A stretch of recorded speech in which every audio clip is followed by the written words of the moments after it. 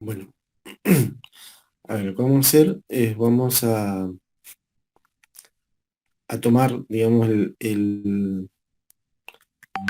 vamos a empezar a discutir un poco en los fundamentos de la mecánica estadística y tratar de conectar un poco con el ejemplo con el que habíamos empezado, aquel ejemplo de los espines y en un campo magnético. Entonces, para eso lo que voy a hacer es seguir el libro de Greiner en esta parte. Ven que dice parte 2 porque la parte uno es la parte de termodinámica. Entonces esta parte, la parte 2 sí está dedicada a la parte de termodinámica estadística.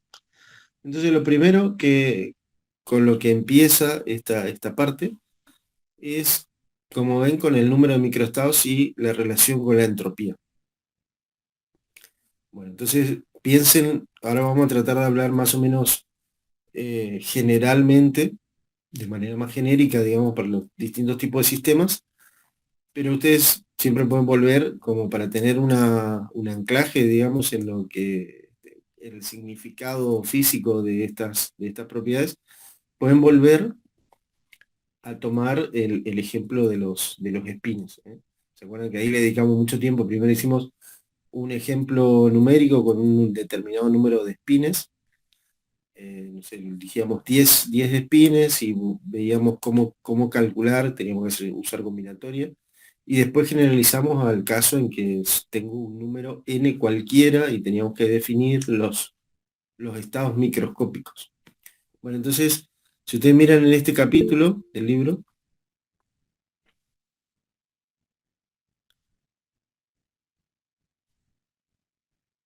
que sí, Macarena, ahí te leí.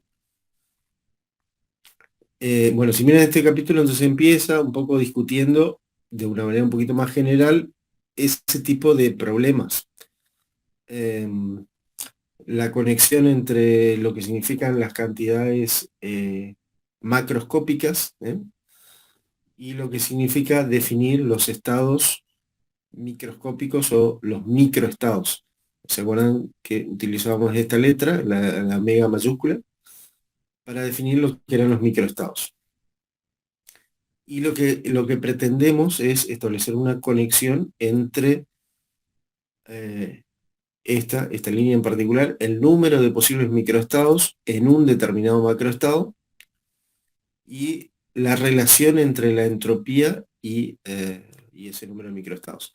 La relación viene a partir de considerar que desde el punto de vista termodinámico, los sistemas tienden al equilibrio cuando maximizan su entropía. Desde el punto de vista estadístico, los sistemas vamos a considerar que tienden al equilibrio cuando tienen mayor cantidad de estados microscópicos accesibles. Es decir, si yo tengo un único estado ordenado, ¿se acuerdan que hablábamos de todos los espines hacia arriba? Era un estado que decimos ordenado porque es una manera fácil de identificar, digamos, todos los espines están dirigidos hacia arriba. Pero tengo una sola manera de obtener eso. En contraposición, cuando tenía 5 espines hacia arriba y 5 hacia abajo, tenía la mayor cantidad posible de maneras de distribuirlo. Entonces, si yo tuviera que pensar probabilísticamente, yo esperaría que al elegir al azar la situación de medición, lo más probable es que encuentre el sistema en esos estados que tienen 5 hacia arriba y 5 hacia abajo. ¿En cuál de ellos? Uno en particular de ellos es tan poco probable como el estado completamente ordenado con todos los espines hacia arriba, ¿eh? Porque es uno entre la totalidad de casos posibles. Pero como lo que miramos macroscópicamente es una variable global, por ejemplo, la cantidad o la proyección total de espines, que en el caso en que tenga tantos hacia arriba como tantos hacia abajo, esa proyección total me da cero. Entonces, ese estado macroscópico con proyección SZ igual a cero, se ve que va a ser el más probable, porque tengo muchas maneras de conseguir esa situación macroscópica.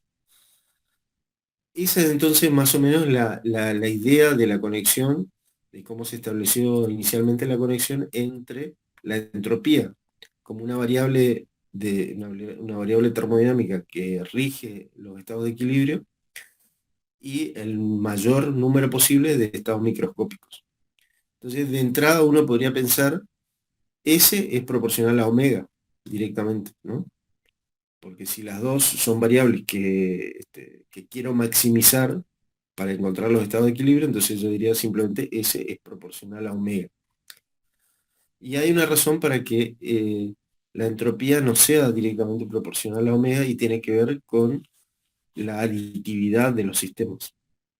Si yo tengo dos sistemas eh, puestos en equilibrio y miro la entropía total del par de sistemas, desde el punto de vista termodinámico sabemos que esa entropía tiene que ser, tiene que cumplir con la propiedad de ser extensiva, es decir, que la entropía total tiene que ser la suma de las entropías de las partes. Pero ¿qué pasa cuando tengo dos sistemas desde el punto de vista estadístico? Desde el punto de vista estadístico, si tengo dos sistemas, por ejemplo, el caso de los espines, si yo tomo, supongamos que tomo, em, para hacerlo fácil, cuatro espines, ¿eh? Pensemos en cuatro espines, donde un sistema consiste en un solo spin y otro sistema consiste en tres espines. Entonces, este primer sistema A, que consiste en un solo spin, tiene solamente dos posibilidades, spin hacia arriba o spin hacia abajo. El sistema B, consistente en tres espines, tiene ¿cuántas posibilidades? Voy a tener dos por cada uno. Uno puede ser hacia arriba o hacia abajo, lo mismo el segundo y lo mismo el tercero. O sea que voy a tener 2 por 2 por 2, 2 al cubo, voy a tener 8 posibilidades. Esos son 8 diferentes microestados del sistema B. Entonces, ¿cuáles van a ser los microestados del sistema completo? El sistema AB, digamos, ¿eh? Van a ser aquellos que se puedan combinar del sistema A con los que se puedan combinar del sistema B. Entonces, si tengo dos posibilidades del sistema A y tengo 8 posibilidades del sistema B, en total el sistema va a tener 2 por 8, es decir, 16 microestados posibles. Tengo 16 maneras de ubicar esos espinos. Entonces ahí vemos ya que el número de estados microscópicos no es aditivo, sino que es multiplicativo. ¿También? Por cada uno de los microestados del sistema A voy a contar todos los del sistema B. Es decir, que el número total de microestados del sistema AB va a ser el número de microestados de A por el número de microestados de B. Entonces, si yo asociara omega directamente, omega, este número de microestados, si lo asociara directamente con la entropía, no podría cumplir con la propiedad extensiva. No sería una propiedad extensiva, ¿eh? Pero en cambio, siendo que omega es multiplicativo, su logaritmo sí cumple con esa propiedad, porque el logaritmo del producto va a quedar la suma de los logaritmos. Entonces, de antemano, lo que vamos a decir es que tanto la entropía como el número de microestados me determinan los estados macroscópicos de equilibrio. Y la relación entre ambos va a venir dado por esta relación, esta expresión, digamos. La entropía va a ser proporcional al logaritmo del número de microestados accesibles. Eh, y la constante de proporcionalidad va a ser una constante muy particular que le enseñamos con la letra K. Ya el otro día les escribí esa ecuación, por eso solamente le estoy diciendo, no lo vuelvo a escribir. Pero lo que dijimos es S es igual a K por logaritmo de omega. Bueno, entonces esa es la base, ese es, digamos, el postulado fundamental con la cual vamos a construir la termodinámica estadística, al menos de los sistemas que conservan la energía, ¿eh?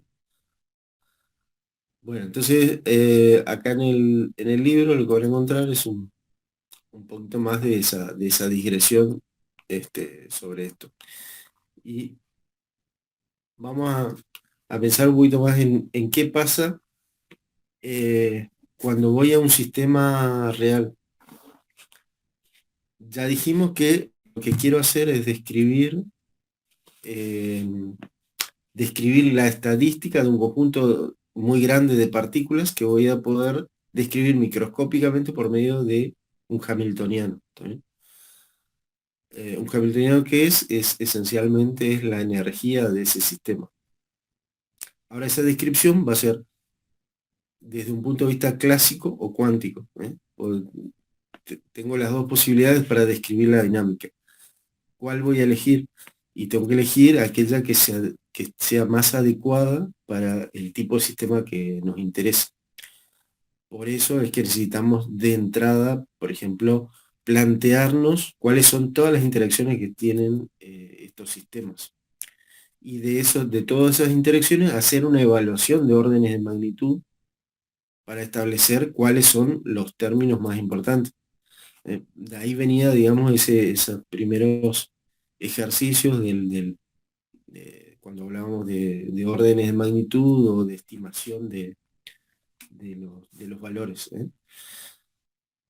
Entonces, si uno se queda con determinados órdenes de magnitud que son los más relevantes para un problema, eso nos va a indicar si tenemos que hacer una descripción clásica o una descripción cuántica. Van a encontrar ustedes que ambas descripciones son posibles y que ambas tienen su rango de validez. La cuántica siempre va a estar en lo correcto porque de última sabemos que esa es la descripción fundamental de la materia. Toda la naturaleza, digamos, funciona cuánticamente, pero sabemos también que esa descripción es complicada si la quiero hacer a nivel macroscópico. Entonces una, tiene que ser un balance entre lo que es fundamentalmente cierto con lo que es factible de hacer. Bueno, todo esto para establecer que en algunos casos va a ser conveniente y es suficiente hacer una descripción clásica. Entonces, por qué necesitamos preocuparnos de la descripción clásica y diferenciarlo del caso cuántico? Porque lo que estamos diciendo es, voy a asociar la entropía al número de microestados del sistema. El ejemplo que yo con el que empecé la clase era justamente el de los espines, porque hace fácil de identificar cuáles son los microestados. Son como monedas que estamos tirando de cara y seca y cada uno de ellos tiene una posibilidad. Pero ¿qué pasa si ahora en lugar de ser espines son partículas que se están moviendo? Como es justamente la descripción de las moléculas de un gas. ¿No? Un gas, ¿qué es lo que tenemos? Tenemos unas partículas que tienen un determinado movimiento y les adelanto algo que vamos a ver más adelante, pero por ejemplo es fácil pensar cuáles son todos los términos de interacción que van a intervenir. Piensen, una molécula, pienso en el aire, por ejemplo, ¿no? El aire que está formado de nitrógeno y oxígeno básicamente y después otros gases. Pero si ya con que miremos al nitrógeno, por ejemplo, que es la molécula más abundante, es una molécula diatómica. Si es una molécula diatómica, me lo imagino como dos átomos, como si fueran dos masas, enlazadas a una determinada distancia. Bueno, ¿cuáles serían entonces las posibilidades de esa partícula? Esa partícula puede moverse, por lo tanto tiene un movimiento de traslación, tiene una energía cinética, eh, puede rotar, uno respecto al otro o ambos respecto al centro de masa. Puede vibrar porque ese enlace no es rígido, sino que puede variar su distancia. Eh, Dos moléculas entre sí pueden interactuar eléctricamente por momentos dipolares, cuadrupolares y de mayor orden. Este, y en cada una de esas situaciones, de nuevo, puedo hacer una descripción o bien clásica o cuántica. Entonces tengo toda una variedad de términos y de hamiltonianos que describen interacciones que pueden ser más o menos importantes. Bueno, si uno hace una estimación de los bordes de magnitud, realmente lo más importante para un gas de partículas es un movimiento traslacional, ¿no? Entonces, esencialmente, si uno quiere empezar a describir un gas, lo que tiene que imaginarse es una serie de partículas, de masas, que se mueven en todas las direcciones y que están suficientemente separadas como para que la interacción entre ellos se pueda despreciar. Pueden preguntarse ahí por qué no incluir las rotaciones o las traslaciones o las vibraciones. Se pueden incluir a posteriori, porque son órdenes de magnitud más pequeñas. Entonces, van a implicar correcciones sobre lo que ya lo que, se obtiene por la energía cinética translacional. Entonces, la primera descripción, la descripción más básica, es masas que tienen velocidades y que se mueven en una determinada dirección. ¿Cuáles serían entonces los microestados de una masa en movimiento? ¿A qué llamaríamos el estado microscópico de masas en movimiento? Desde el punto de vista de la mecánica clásica en ese caso, ¿no?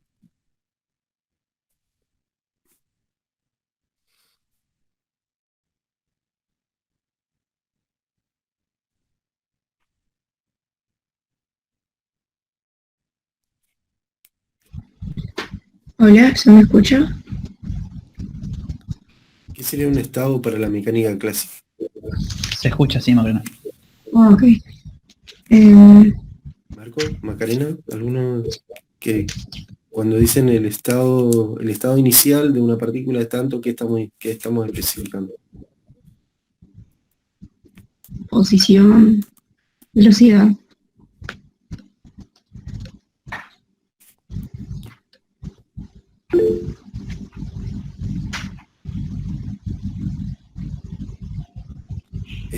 No escucho, yo no los escucho, la verdad.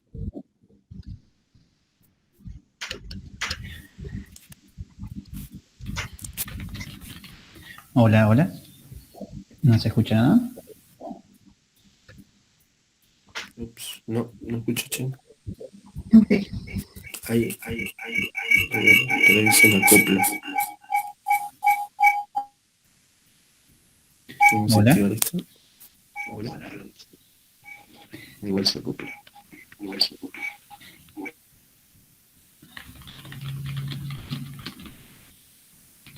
Intercambiable. Hola, hola. Sí, entonces, sí, ahí te escucho, Juan. Sí, Macarena, ¿qué decías? Em, ¿Me podrías repetir la pregunta entonces? Claro, A ver. decía, si ahora vamos a hacer una descripción de partículas que se mueven prácticamente, aquí llamaríamos estados en el sentido de la mecánica clásica. Por ejemplo, cuando decimos el estado inicial de una partícula en movimiento es tal, ¿qué cosas son las que estamos especificando? Su posición inicial, su velocidad. Eso, la posición y la velocidad, ¿no? Ujú. Posición y velocidad, ambas en un determinado punto, o en determinado tiempo, mejor dicho. Sí, Es lo que llamaríamos inicial, o en realidad basta con que esté dado posición y velocidad en un determinado tiempo. Si nosotros dijéramos la partícula se encuentra en un determinado punto,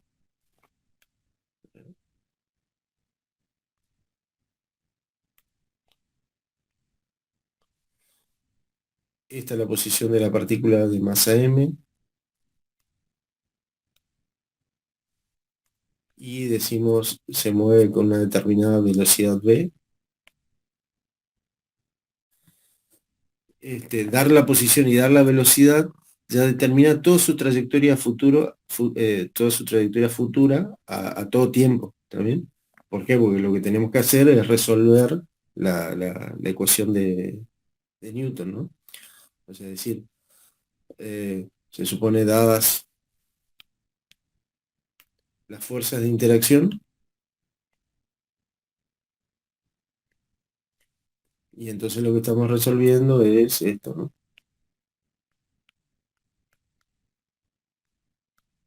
Pero con la condición de que esta posición en el instante cero está dado en un punto R0. Y lo mismo su velocidad en el instante, en un determinado instante, no hace falta que sea cero, pero es lo que llamamos usualmente los valores iniciales. Con esto, lo primero es la segunda ley de Newton, con las fuerzas que se supone que están especificadas. O sea, nosotros sabemos cuáles son las fuerzas de interacción que ocurren entre esas partículas. Y si además damos estas posiciones y velocidad iniciales, ya dejamos completamente determinada la trayectoria de esa partícula, ¿sí? Por eso hablamos de que el par,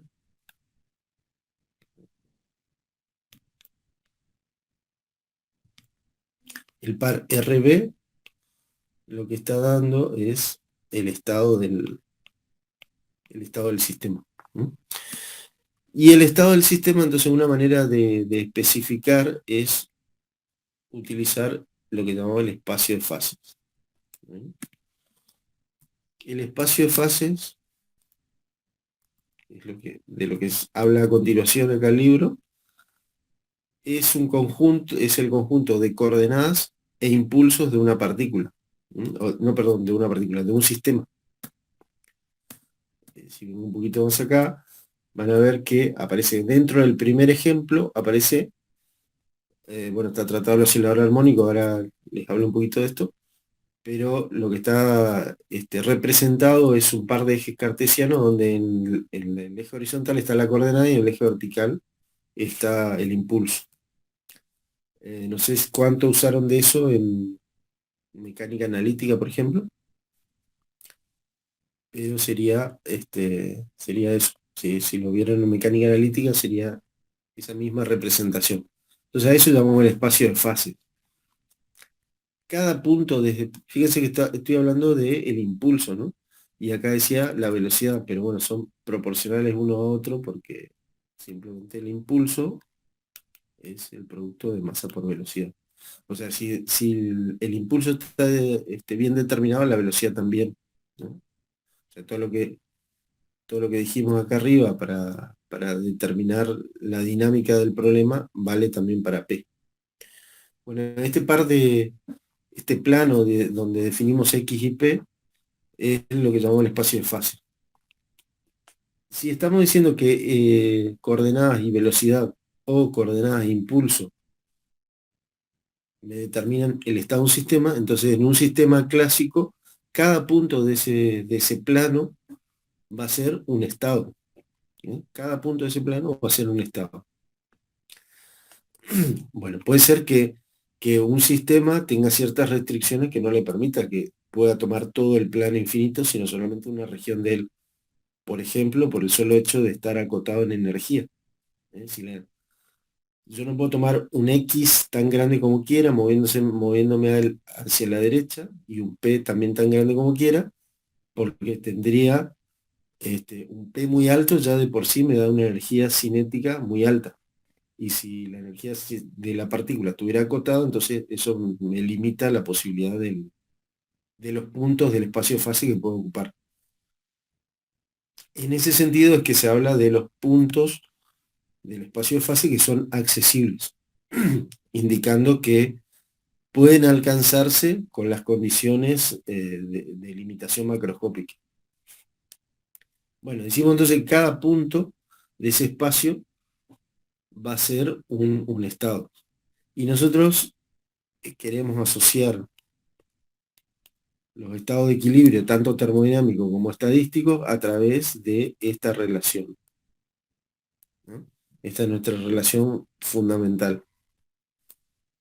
Entonces,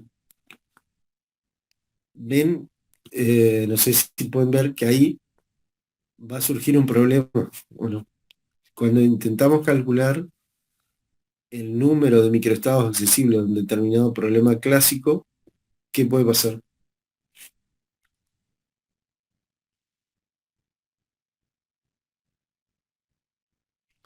Si cada punto de ese espacio de fase es un estado, y supongamos que el sistema puede ocupar, no sé, vamos a hacerlo así genéricamente, una región.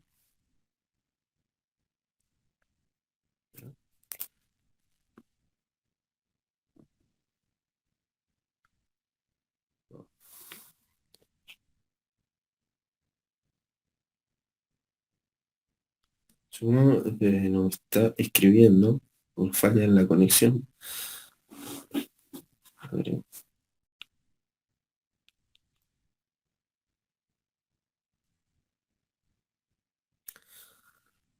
vale, a ver, mientras trato de que conecte.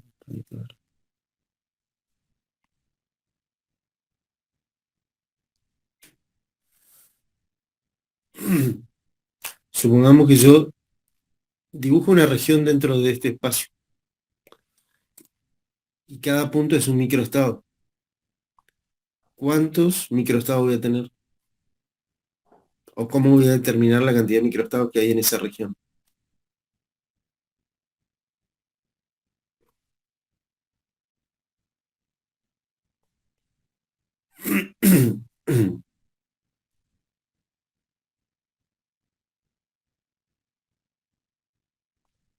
Exactamente. Si, eh, si cada punto es un estado y yo tengo una región finita, cada punto de esa región finita me va a dar un estado posible.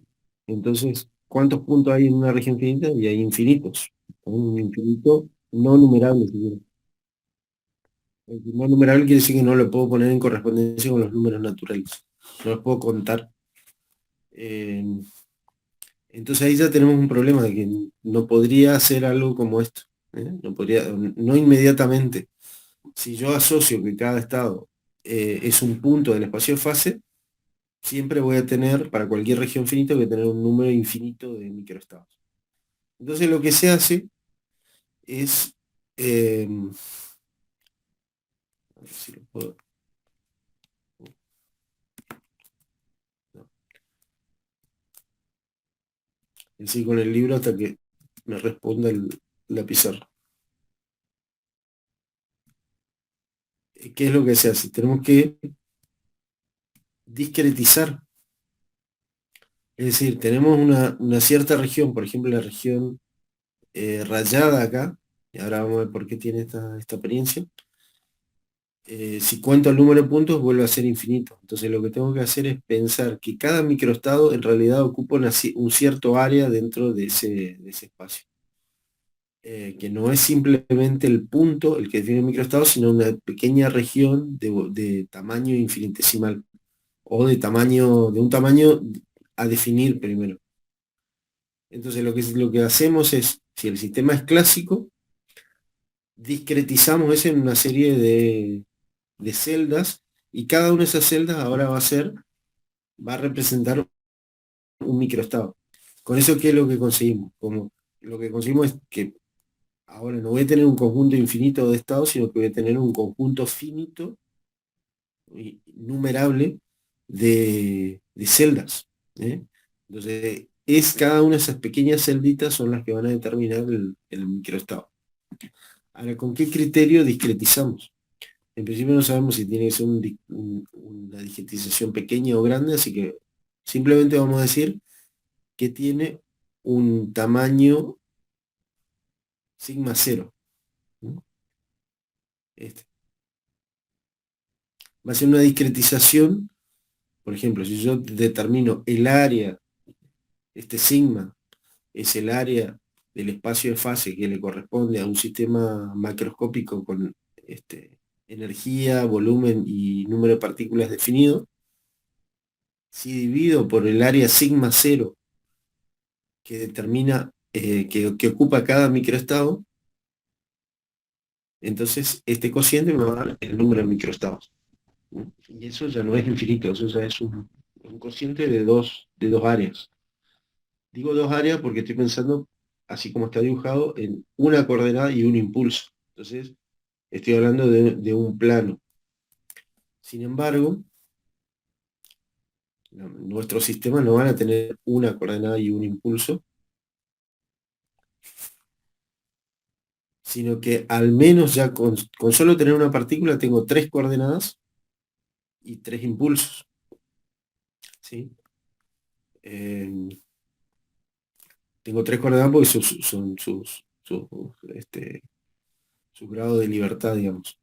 Pero además tengo no una partícula, sino tengo n.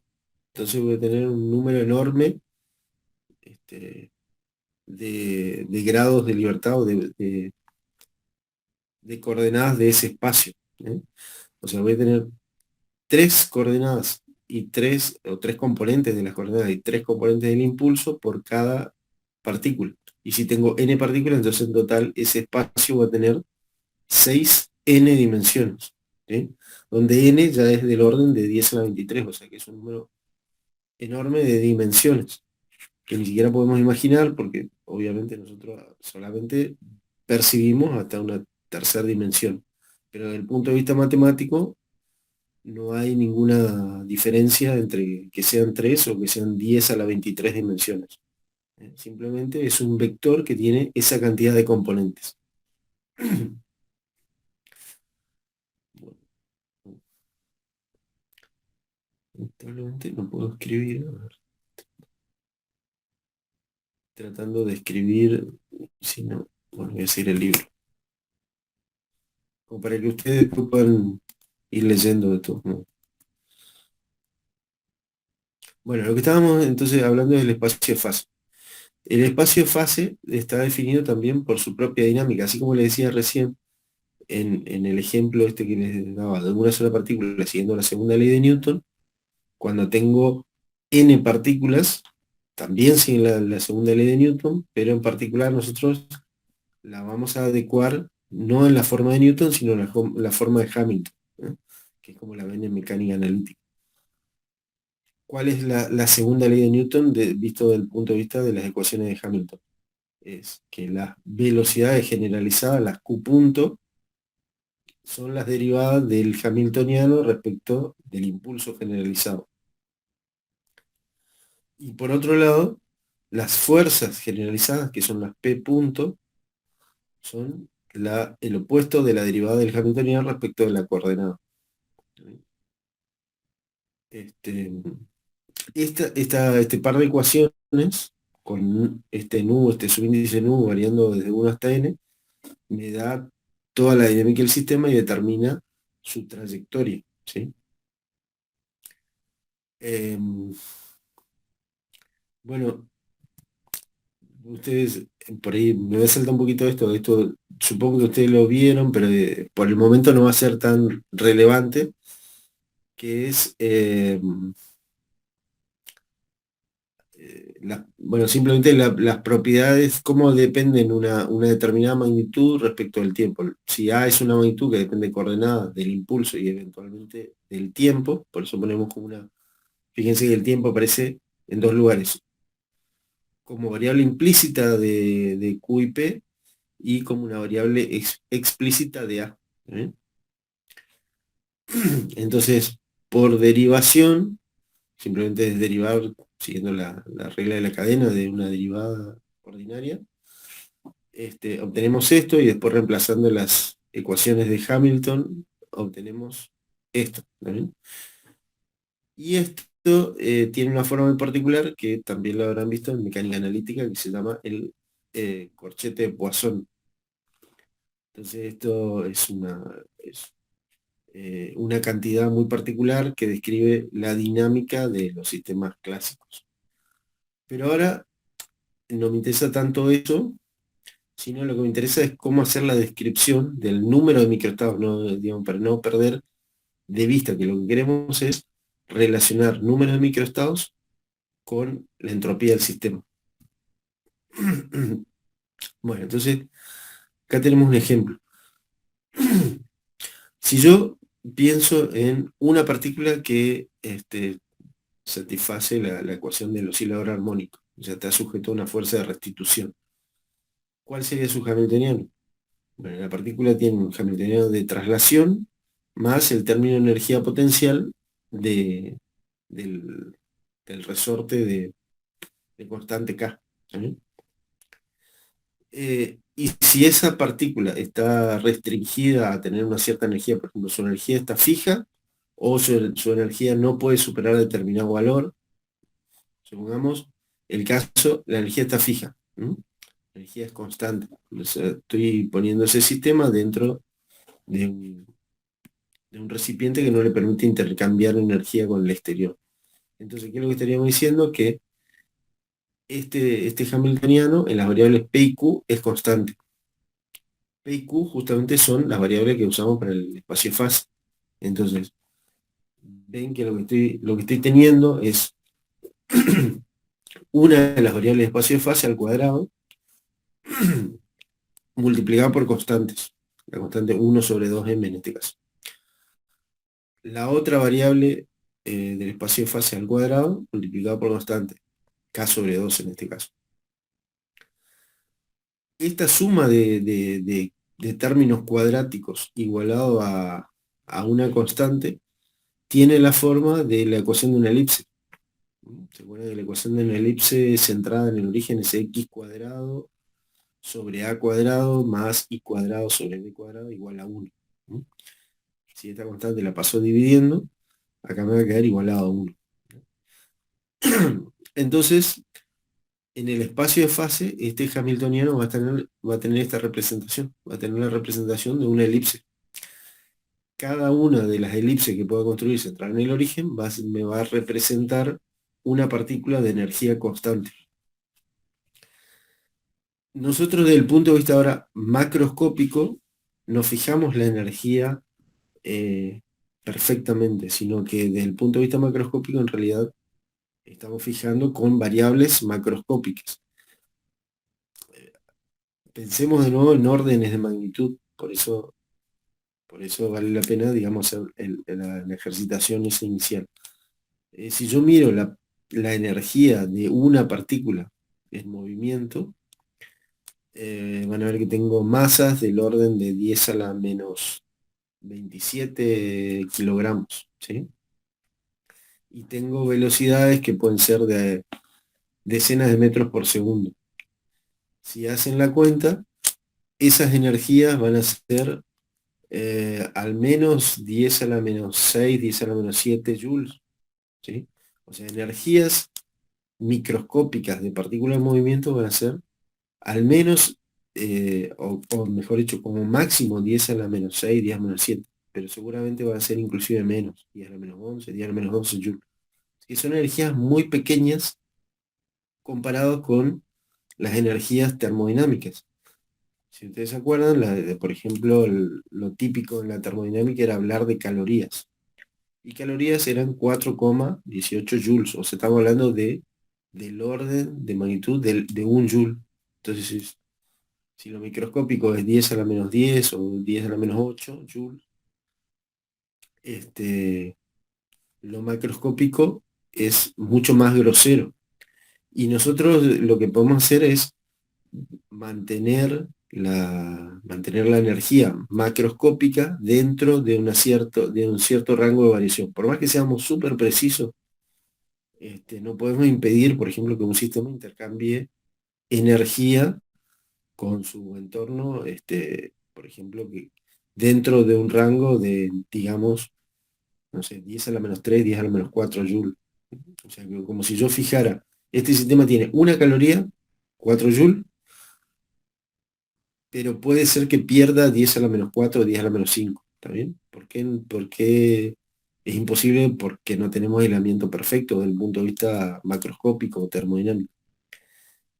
Entonces tengo variaciones muy pequeñas desde el punto de vista macroscópico, pero desde el punto de vista microscópico son grandes. Entonces, lo que establecemos nosotros es que las energías macroscópicas no van a tener valores fijos, únicos, sino que van a ser valores que oscilan dentro de dos valores posibles. Por ejemplo, esta E es de cerca de 4 joules y esta sería 10 a la menos 4 joules. O sea, las variaciones son pequeñas macroscópicamente, pero cuando lo miro microscópicamente son grandes comparado con la energía de una sola partícula. Entonces lo que van a encontrar es que siempre hacemos esa suposición de que todos los sistemas termodinámicos, todos los sistemas macroscópicos. Acuérdense, cuando digo termodinámico estoy hablando de la termodinámica clásica, en el sentido macroscópico. Entonces todos los sistemas macroscópicos van a tener variaciones en su energía, por más que digamos que la energía está fija, porque son las variaciones experimentales, ¿no? Mucho más chicas que el valor absoluto de la energía, pero siempre lo vamos a considerar como dentro de dos valores posibles. Bueno, esa es la explicación de por qué del espacio de fase de un oscilador armónico. Tiene la forma de una elipse porque tiene esta expresión matemática subhamiltoniana. Y tiene un determinado ancho porque está describiendo la incerteza macroscópica que tenemos en esta energía E. ¿Eh? Bueno, entonces ahí ya tenemos el espacio de fase. El espacio de fase es esta región que está rayada. Son todos los valores posibles que pueda asumir el sistema, todos los valores entre E y E más delta de E, y cada uno de esos puntos es un estado. Pero ahora, por supuesto, tengo que introducir alguna discretización para que poder hacer un conteo de microestados. Bueno, eso es lo que hacemos a continuación. A ver, permítanme si puedo ver.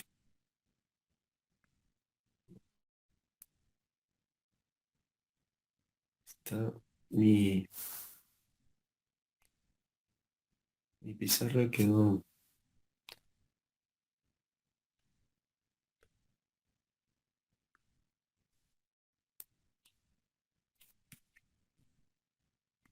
A ver si lo abro de vuelta.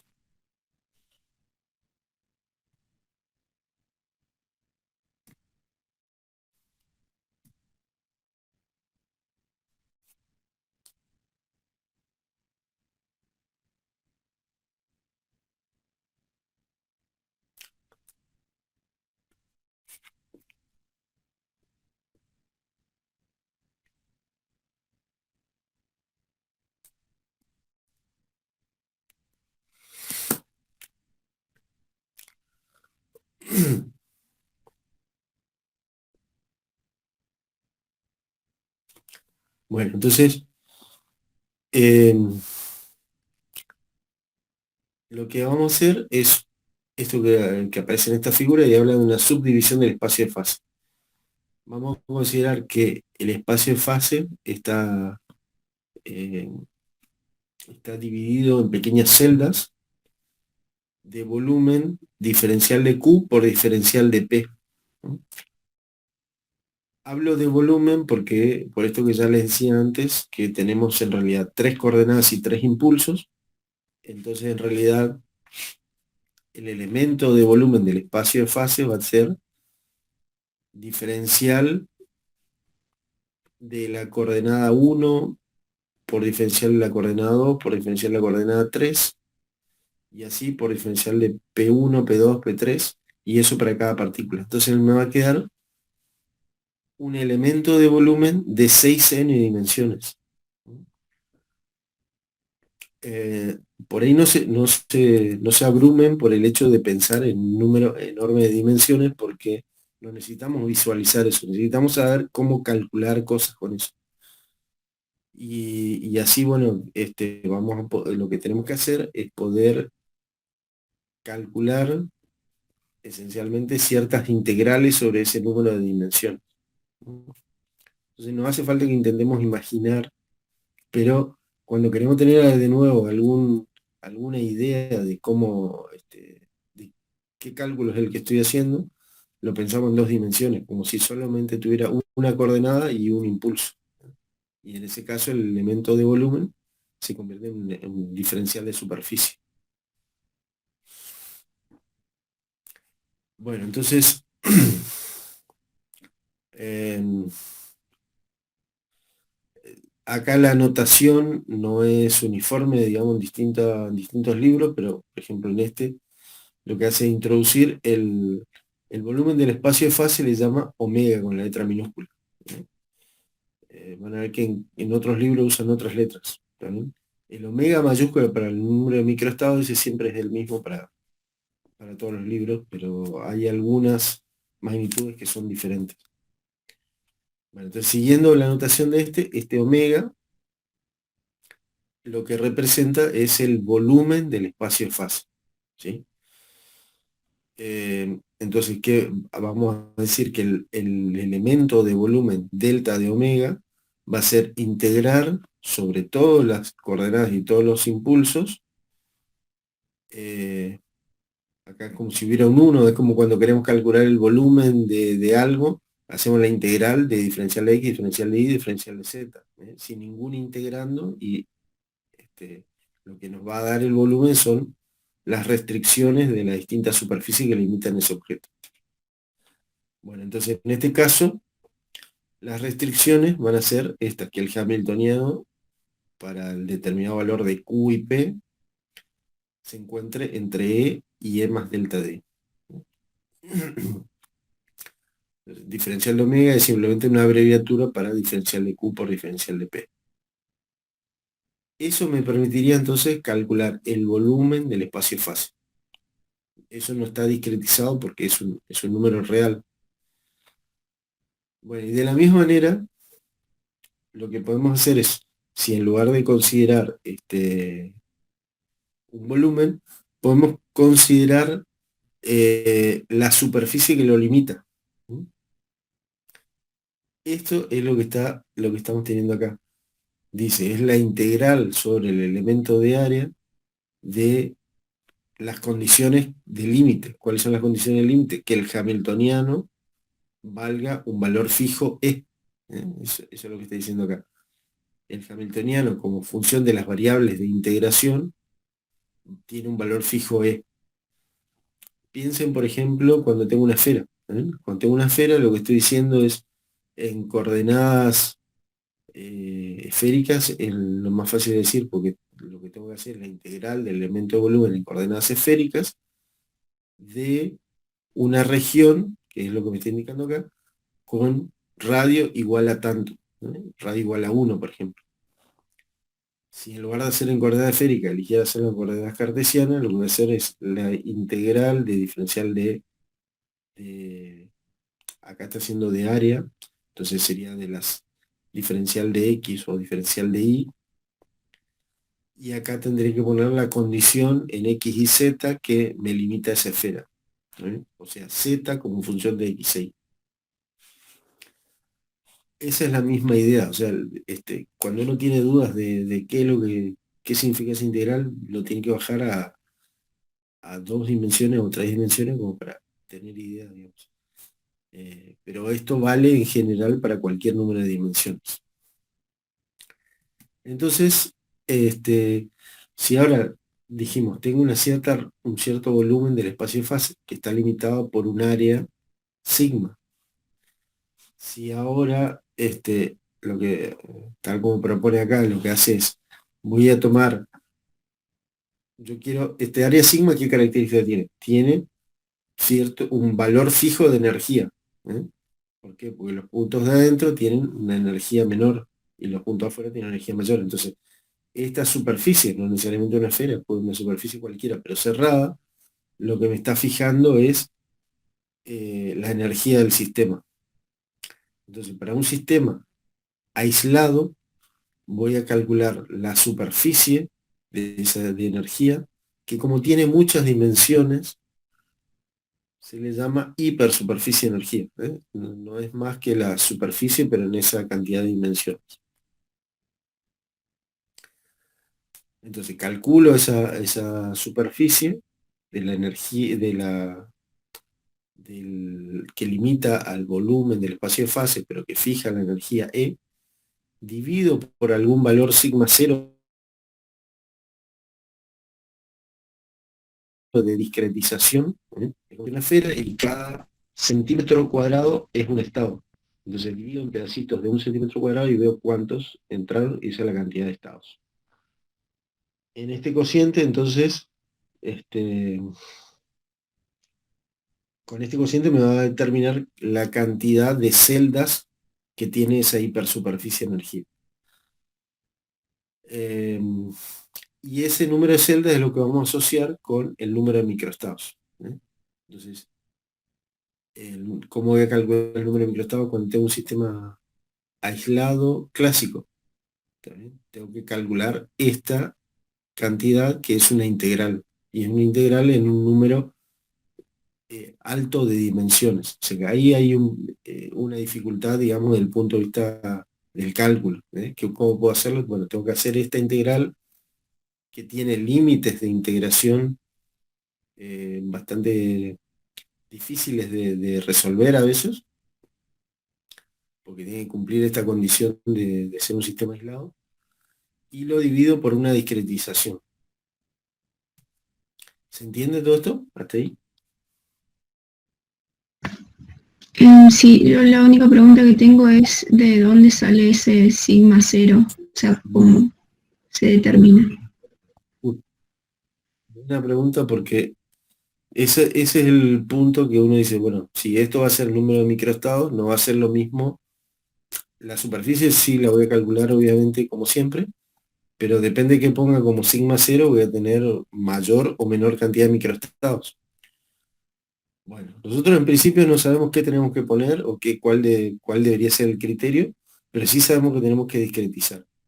Entonces vamos a elegir este sigma cero arbitrario. Primero va a ser arbitrario y lo que vamos a ver inmediatamente es que no importa qué sigma cero elijamos, los resultados termodinámicos van a ser los mismos. Fíjense, vamos a decir entonces, voy a tomar un sigma cero cualquiera. ¿Para qué me sirve omega? Omega, nosotros lo queremos poner en correspondencia con la entropía. Y dijimos que la entropía va a ser K, una constante K, la constante de Boltzmann, multiplicado por el logaritmo de este número de microestados. Entonces ahora cuando yo quiero tomar el logaritmo de este número de microestados, voy a tener el logaritmo de un cociente, que es el logaritmo de sigma, el numerador, menos el logaritmo del denominador, que es sigma cero. Entonces el logaritmo del número de microestados va a estar compuesto de una diferencia, ¿está bien? Del logaritmo de este, del numerador, que sí va a ser importante porque ese va a depender, fíjense, el numerador depende de las condiciones dinámicas del problema. Tengo que hacer esta integral. El denominador era arbitrario, entonces esto es un número, ¿está bien? El sigma cero es la elección que yo hice. Por ejemplo, como les decía, si yo tengo una esfera, la puedo discretizar en celditas de 1 centímetro cuadrado o la puedo discretizar en celditas de 1 pulgada cuadrada. Como la discretización es diferente, el número de microestados que encuentre también va a ser diferente, pero afecta solamente en esta diferencia. ¿Está bien? Tomé el logaritmo de omega, me queda el logaritmo de sigma, menos el logaritmo de sigma cero. Y eso sería la entropía. Pero el menos logaritmo de sigma cero es un término constante. ¿Está bien? Es el logaritmo de un número que yo elegí para hacer la discretización. Es cierto que me cambia el valor de la entropía, pero la entropía no está determinada salvo una constante adicional, una constante aditiva, como es el caso de la energía potencial. Uno puede elegir el cero de energía potencial y también puedo elegir el cero de entropía. Entonces, lo que estaría cambiando al elegir distintos valores de sigma cero es elegir el cero de entropía. Y de todas maneras, para las variables termodinámicas, lo que me importa no es determinar la entropía absoluta, me interesa conocer la respuesta de la entropía ante variaciones de otras magnitudes termodinámicas. Por ejemplo, cuando hago la derivada de S de la entropía respecto de la energía, lo que obtengo es 1 sobre la temperatura absoluta. ¿Sí? Derivada de entropía respecto a energía es 1 sobre T. Entonces, como lo que me interesa son derivadas de entropía respecto de las otras variables termodinámicas, ese término constante que se agregue no va a cambiar ninguna propiedad termodinámica, porque va a ser la derivada de un término constante respecto de alguna magnitud termodinámica, por ejemplo la energía. O sea, en definitiva, cualquiera sea la discretización que elija, cualquiera sea el valor de sigma cero que determine, las propiedades termodinámicas van a resultar las mismas.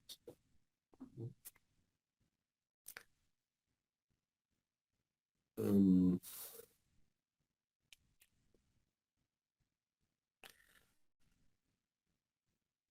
bueno, acá simplemente es una relación. No voy a entrar mucho para no divagar mucho, digamos, salirme de la rama. Pero acá esta relación simplemente lo que me está diciendo es cómo es el volumen del espacio de fase cuando tengo una cierta superficie sigma de espesor delta D. O sea, le podemos dar una interpretación geométrica. Es como si yo tuviera un cascarón esférico, por ejemplo. Digo esférico porque es fácil de imaginar, ¿no? Pero puede ser cualquier forma. Un cascarón esférico que tenga superficie sigma, que tenga un espesor delta D y el producto de los dos, entonces lo que me está dando es el volumen de ese cascarón, que en este caso estamos hablando del espacio de fase. O sea, esa es la relación que está escribiendo acá. Y de ahí directamente también, si paso este delta E dividiendo, este sigma me queda como un cociente de delta omega sobre delta D, que en el límite es esta derivada, ¿no? O sea, el, el área de la superficie de energía se puede obtener como la derivada del volumen del espacio de fase respecto a la energía. O sea, la misma, entonces, esta es la relación importante entonces como para aplicarlo a los distintos sistemas. Me interesa el número de microestados de un sistema. Bueno, tengo dos maneras de calcularlo. Una, o bien calculo la superficie sobre la cual está fijada la energía de ese problema y divido por alguna unidad de discretización. Entonces, este cociente me da el número de microestados.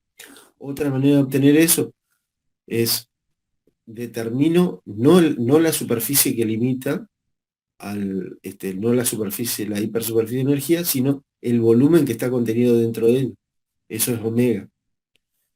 Y si la conozco en función de la energía, esta derivada también va a representar este signo.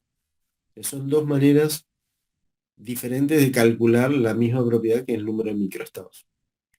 Desde el punto de vista de la simplicidad del cálculo, esta última es más fácil de determinar. Lo van a ver cuando vayamos aplicando a distintas situaciones. Es más fácil calcular volúmenes del espacio-fase que calcular el área de la superficie que lo limita. Eh, no por nada raro ni nada físico, sino porque pasa lo mismo en geometría, digamos, desde el punto de vista del análisis, toman cualquier figura, es más fácil calcular el volumen de un cilindro que calcular mediante integrales las superficies, la área de la superficie que lo limita, la lateral o las dos bases.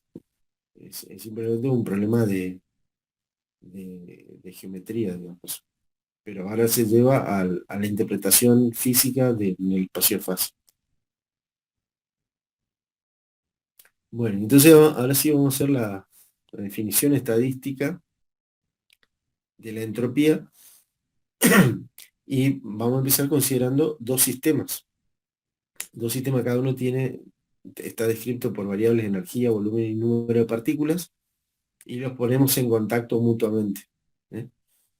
Entonces ahora encierro al par de sistemas dentro de un recipiente adiabático, por ejemplo, de tal manera que la energía se mantenga constante, pero la energía de ambos. ¿sí? Puedo permitir, por ejemplo, que esta pared sea un émbolo que puede desplazarse y entonces cambiaría el volumen de cada uno de los recipientes. Pero aún así, la suma de ambos volúmenes se mantiene constante. Y puede pasar que esta pared sea una pared permeable, una pared porosa que permita el intercambio de partículas de uno al otro. Pero como el sistema está envuelto en algo que no permite el intercambio con el medio, N1 más N2, de nuevo, se va a mantener constante. O sea, estas son las condiciones, distintas condiciones del problema que podemos mantener o relajar, depende de cuál sea el problema que nos interese. Cuando, por ejemplo, vamos a empezar considerando simplemente que, que los dos sistemas se ponen en contacto y que se les permite intercambiar energía entre ellos. ¿También? Que esta pared entonces permite el intercambio de energía. Nosotros lo que queremos es determinar cuántos microestados tiene el sistema completo. Al principio de la clase, un poco es eso lo que les decía con el ejemplo de un sistema de espines, donde un espín es el sistema de la izquierda y tres espines el sistema de la derecha. ¿Qué es lo que vamos a calcular? El número de microestados de todo este sistema tiene que ser el producto del número de microestados del sistema de la izquierda por el de la derecha. La razón es eso que les comenté antes, digamos, por cada uno de los estados del sistema de la izquierda puedo elegir toda la variedad de omega 2 del sistema de la derecha. ¿Está bien? Y como para el de la izquierda tengo omega 1 posibilidades, voy a tener, es como cuando hacemos el producto cartesiano, ¿de acuerdo? O sea, por cada elemento de A y cada elemento de B voy a tener el producto de los cardinales de los dos sistemas, digamos, para armar todos los pares ordenados. Entonces ese sería el número de microestados del sistema compuesto. Y ahora es donde ponemos nuestra hipótesis física. Dice, el estado más probable, es decir, el estado de equilibrio, es aquel que tiene el mayor número de microestados. ¿Eh? O sea, si hablamos ahí ya introducimos la idea de probabilidad, ¿no? Estamos diciendo, ¿cuál es el estado más probable? Si yo miro en cualquier momento este sistema, ¿cómo es lo más probable que lo pueda encontrar? Y seguramente en alguno de esos microestados que hay mayor cantidad. No lo voy a encontrar en un estado raro, en un estado poco probable. Entonces, lo que decimos es, si yo quiero encontrar el estado de equilibrio o una condición sobre el estado de equilibrio, voy a buscar el mayor número de microestados, y a ese le llamamos el omega máximo.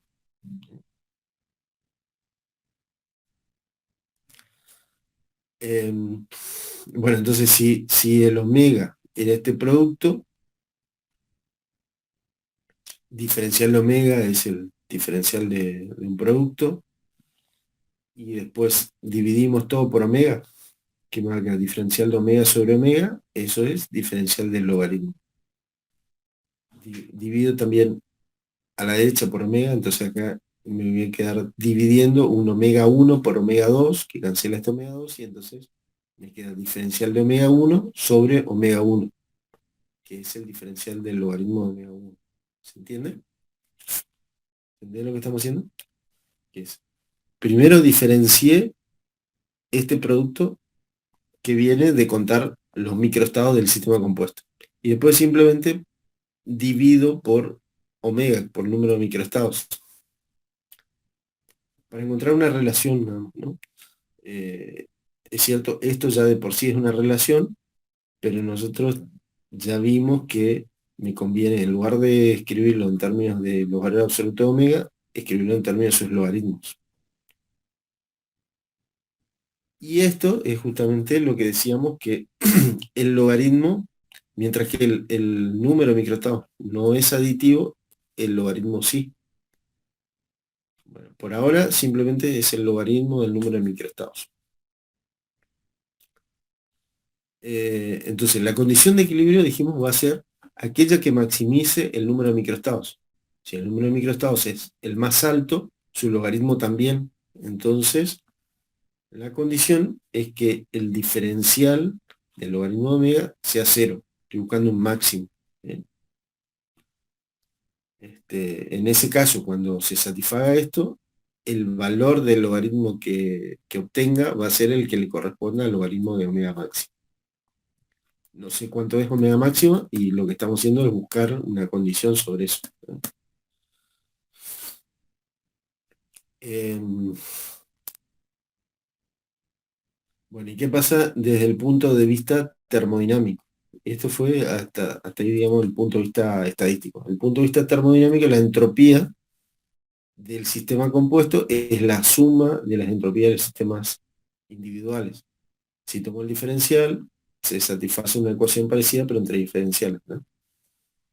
Y en el equilibrio, la entropía es máxima, entonces el diferencial de S también es igual a cero, y en ese valor particular, S le llamamos S máximo.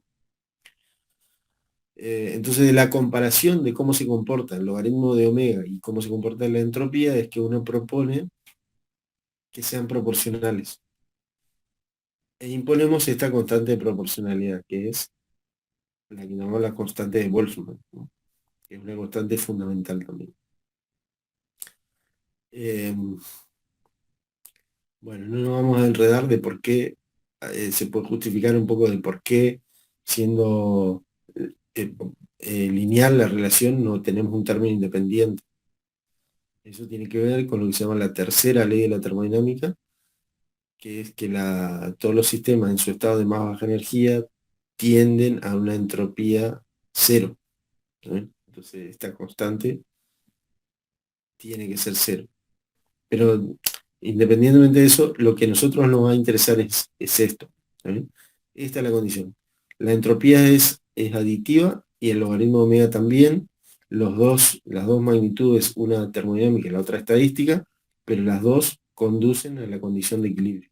Entonces, imponemos como axioma digamos, de la termodinámica estadística que la entropía va a ser K por logaritmo del número de microestados accesibles. Bueno, fíjense que dice, esta ecuación 522 es de significado o importancia fundamental para la mecánica estadística. Ese va a ser el centro con el cual vamos a empezar a resolver algunos problemas. Eh, lo bueno de esto es que si yo consigo de alguna manera calcular microestados, que es lo que estuvimos haciendo con los espines, ponerlos en función de energía, del volumen y del número de partículas, tomo su logaritmo, multiplico la constante de Boltzmann y ya tengo la entropía como función de la energía, que sería la energía interna, el volumen y el número de partículas. Y una vez que tengo eso, estas relaciones termodinámicas, derivadas de S respecto de E, derivada de la entropía respecto al volumen y derivada de la entropía respecto al número de partículas, ya me proporcionan nuevas variables termodinámicas de ese sistema. O sea, tendría la temperatura, la presión y el potencial químico, ¿sí?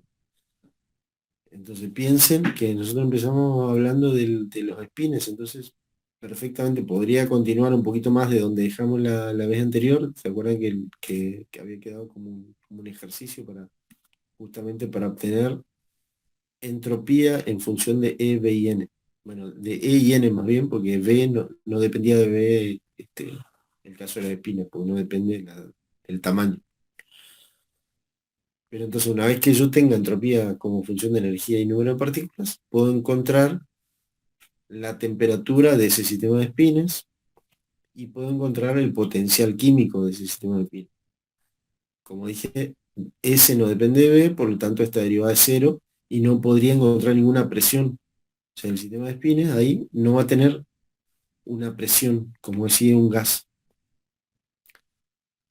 Pero bueno, eso como digamos, para que vayan conectando que la idea de temperatura la puedo llevar a sistemas que son más allá de los ejemplos clásicos de la termodinámica, ¿eh? De los gases, líquidos. Si yo tengo un sistema de espines, podemos hablar de cuál es su temperatura. Y tiene otras particularidades que la vamos a ir viendo un poquito más adelante, acerca de la temperatura de un sistema de espines, por ejemplo. Tiene particularidades respecto de lo que uno aprendió en la termodinámica. Em, bueno, el siguiente ejemplo es un ejemplo que está en la guía de trabajos prácticos y es para, acá está resuelto, pero es para que ustedes vayan siguiendo un poco que sigan los detalles del cálculo que tienen ciertas cosas importantes, digamos. Tiene ciertos recursos matemáticos que lo van a necesitar y va a ser útil para otros problemas. El planteo de esto es, vamos a calcular entonces la entropía de un gas ideal. ¿Qué sería un gas ideal? Un gas ideal es un gas donde las partículas no interactúan entre sí. Lo único que pueden hacer es moverse. ¿Está bien? Se mueven hasta golpear contra las paredes del recipiente y ahí cambian la dirección de su movimiento y vuelven a moverse. También pueden chocar entre sí, pero de esta manera eso es poco probable porque estamos suponiendo partículas puntuales. Es muy difícil que, digamos, que haya choques de partículas puntuales. No, el siguiente nivel de descripción podría ser no considerar partículas puntuales, sino pequeñas esferas. Y esas esferas pueden ser elásticas o rígidas, o duras. Entonces son distintos niveles de descripción que uno puede adoptar y que va a cambiar este hamiltoniano. Al nivel más básico este hamiltoniano es, acá no se ve bien, pero es un igual, h es igual a p cuadrado sobre 2m, la suma de todos eso. O sea, suma de energías cinéticas, nada más que eso. Ahora, dado ese hamiltoniano, entonces el problema es, ya sabemos cuál es el hamiltoniano, yo postulé cuál es el modelo que voy a utilizar. Ahora, lo que tengo que calcular es el número de microestados de ese sistema con una determinada energía, volumen y número de partículas. Entonces, ¿cuál es la receta? En la prescripción con la que tuvimos, con la que estuvimos hasta ahora. Si quiero calcular la entropía, primero tengo que calcular el número de microestados.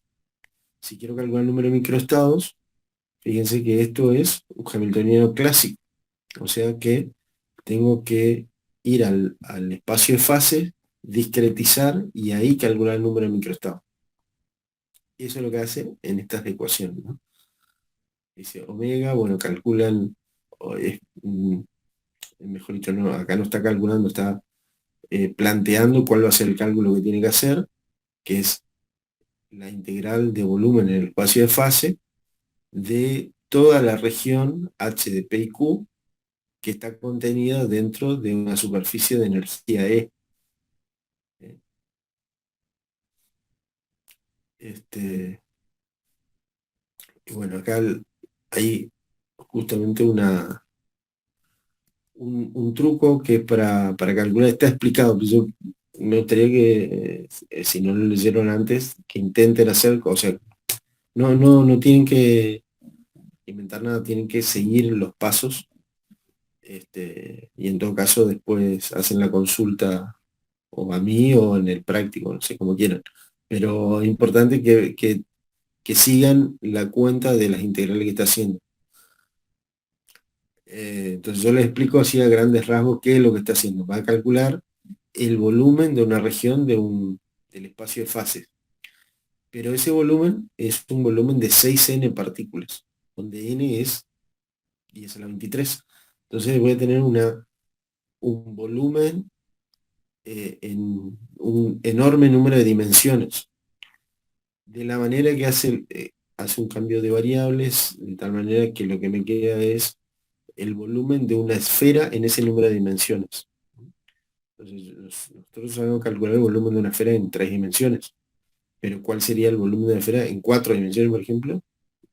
No tenemos una expresión, o no la usamos habitualmente, o en 5 o en 10 o en 10 a la 23 dimensiones. Entonces,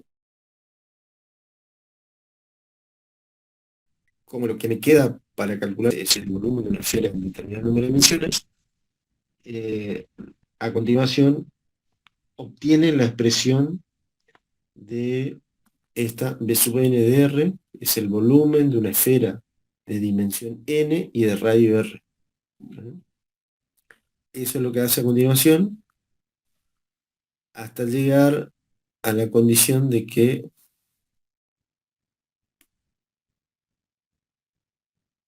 a ver si está la expresión general.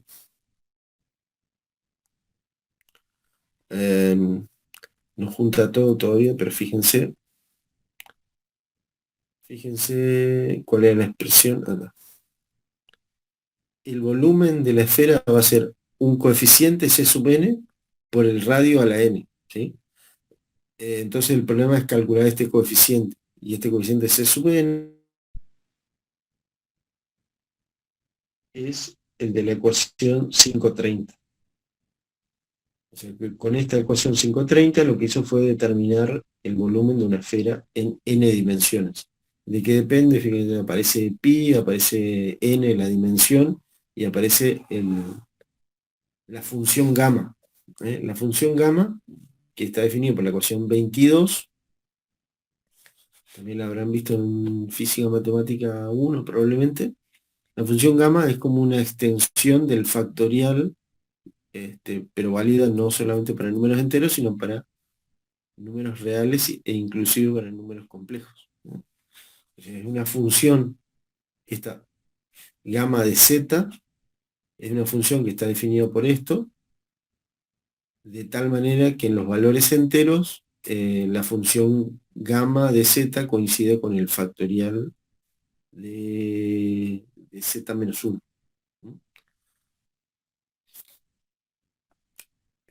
Pero obviamente normalmente nosotros no calculamos el factorial de 2,8, pero sí existe la función gamma de 2,8.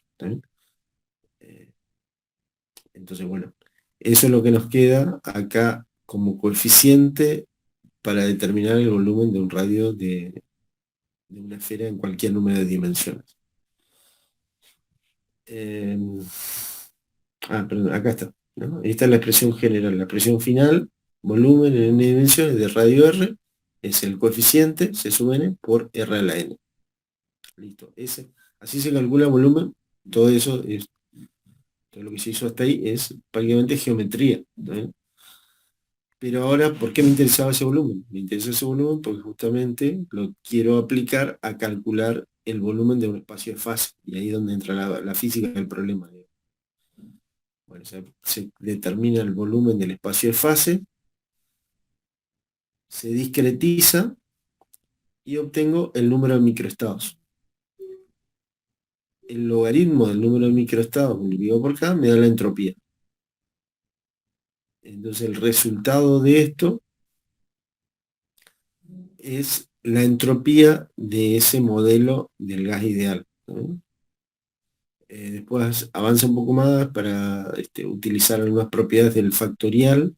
Esto que le decía, la función gamma la generalización del factorial, y por lo tanto hereda algunas de sus propiedades, digamos. Por ejemplo, eso de que ¿se acuerdan que el factorial de n es n por el factorial de n-1 y cosas así? Pero además es aplicable el teorema de Stirling, por la aproximación de Stirling. Entonces, esta función gamma se puede reemplazar utilizando el teorema de Stirling por esta expresión, y entonces la ecuación 34 se convierte en la 35. Y ahí tenemos resuelto el problema, ¿vale? O sea, el problema, ¿cuál era? Encontrar la entropía de un sistema de gases ideales que yo modelo según un conjunto de masas que se mueven solamente con energía cinética. Eso es un gas ideal. Entonces el resultado es esto. Esta va a ser la entropía. Fíjense que me queda en función del número de partículas, me queda en función del volumen y de la energía del sistema. Entonces, tomando las derivadas que corresponda, obtengo la temperatura, o una relación con la temperatura, una relación con la presión, y no está hecho acá, más abajo tal vez, el potencial químico. Así que este es un problema bien completo, digamos, de todo lo que estuvimos hablando hace un rato. Así que bueno, les voy a dejar que ustedes resuelvan todos los detalles del problema. O sea, tienen que ir siguiendo nomás, está acá indicado todos los pasos que hay que hacer, pero en caso de que haya algo que no comprendan, digamos, cómo pasa de una ecuación a otra, me preguntan a mí la próxima o a Juan José.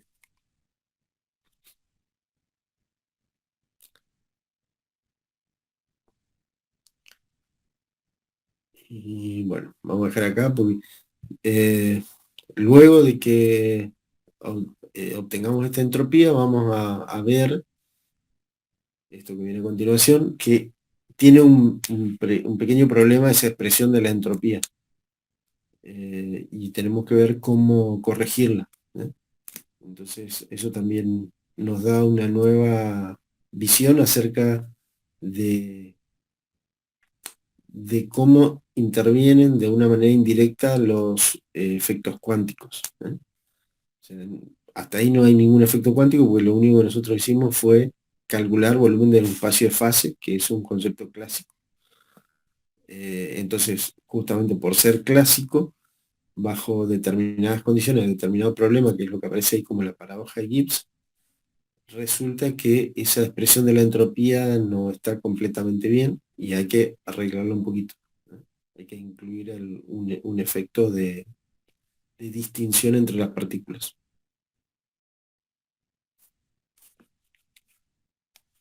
Bueno, hasta acá estaríamos hoy y seguimos la próxima. Pero es importante que ustedes hagan esa cuenta que les decía del ejemplo de la entropía del gas de partículas libres.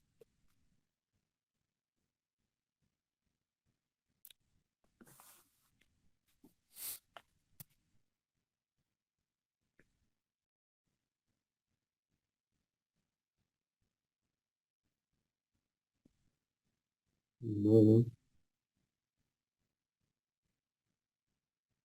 ¿no? ¿Alguna consulta, pregunta?